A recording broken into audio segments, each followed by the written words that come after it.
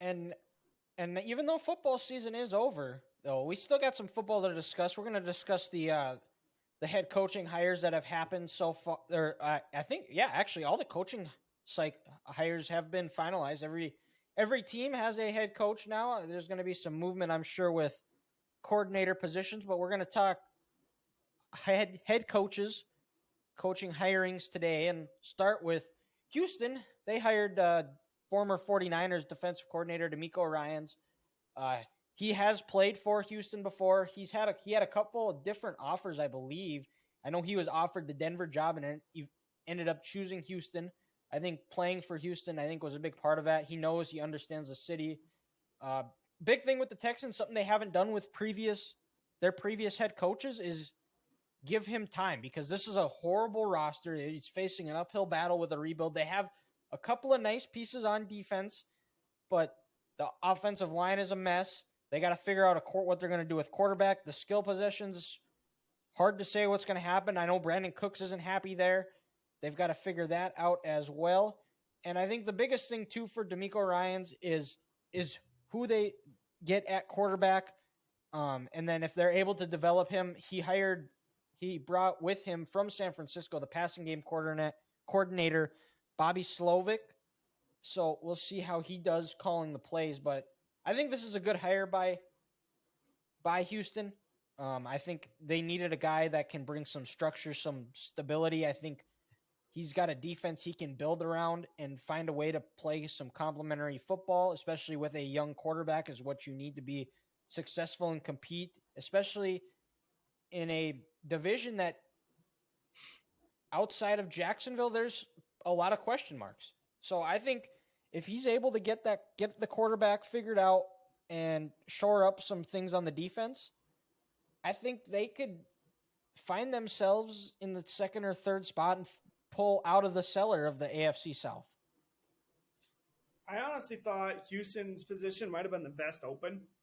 You're gonna go get you're gonna get your quarterback. You're gonna get him at 2.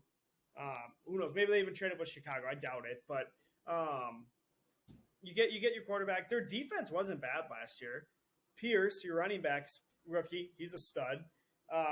Guess you got to decide what you're going to do with Tunsil, whether you're going to trade him, keep him to protect your asset at number 2 pick. I would keep him. I mean, screw it, unless he wants to be traded. Like, I'm going to keep probably arguably the top tackle in the league. But I thought it was a great hire. I thought DeMeco Ryans fits that personnel really well. Just like that city very well. Obviously, I don't know how to mention he played there. He knows the city probably better than anyone else, honestly. He was a stud there, and he's just a damn good coach. Like, the 49ers defense, arguably the best in the league the past 3-ish years. So it's a good hire. Yeah, and I think the only thing that I think would deter people, Ethan, from what you said as far as being the best opening would be the ownership, because that's been the biggest glaring hole within the franchises, that just kind of it's how unstable the ownership is in Houston. I think with a guy like DeMeco Ryans, I think hopefully with him playing there and understanding the city, understanding the culture that needs to be set from when he played, because that was when the Texans were a very good team. If he's able to get back to that and get the ownership on board and see what he's building, I think they can compete. Well, and I'll be curious to see. I wish I had his details on his contract in front of him. How many years? I think it's a 6-year. So I think it was a 6-year. I think so. They're getting I think that's why I think he said that he wasn't going to take it unless it was 6 years, because of the two with David Culley being fired after a year and Lovie Smith being fired after a year. And it kind of reminds me of, his old boss when Kyle Shanahan took over San Francisco. It's going to take a whole roster rebuild. You run through 2 or 3 coaches, 3 coaches in 3 years. You don't have a quarterback position. Your roster is awful.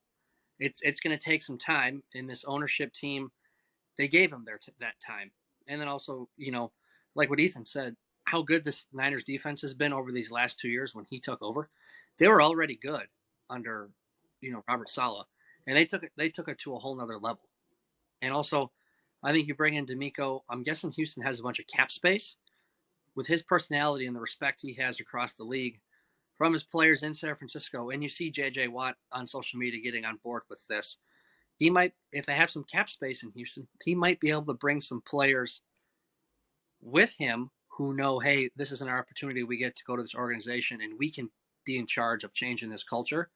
So you can kind of get that roster reset done a lot quicker because you bring in professionals already. And you also have 2 top 12 picks in the first round. You can get this ship going right if you get the right players in right away with 2 top 12 picks in this draft. In the New York, Yeah. also build your roster with a quarterback on a rookie deal. Yeah, the Texans, I just looked it up, 37.6 million in cap space right now. So they've got some things to work with, and I think like Ethan said with what they're going to do with Tunsil, I think if they really want, they could probably clear out more space if they traded him or dumped him, cut him. There's definitely some more cap space available there. Well, But also, guys, we live in the social media world, and DeMeco, I heard, was going to interview San Francisco's pass game coordinator on the defensive side to be his defensive coordinator. And when that was reported out there, whether it was by Rappaport or Schefter, Jimmy Ward, soon to be free agent for the Niners, he tweeted out kind of that smirking, smiling emoji. And like I said, you have a nice piece in Derek Stingley Jr. If you could get Jimmy Ward in there too, those are 2 nice players in your secondary. You have someone who knows the defense.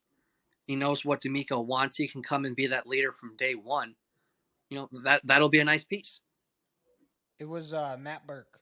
That's who they hired as the D coordinator. Okay, so again, I don't know if it was that guy from San Francisco ties, but you got to wonder if there's some free agents in the Bay Area, and maybe they're looking to get paid or follow a familiar face.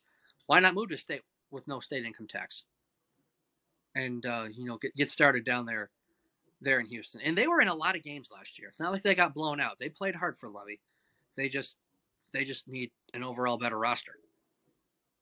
Yep. Yeah, so interesting. We'll see what happens, how it works out. Hopefully it works out for the better for the beautiful city of Houston. But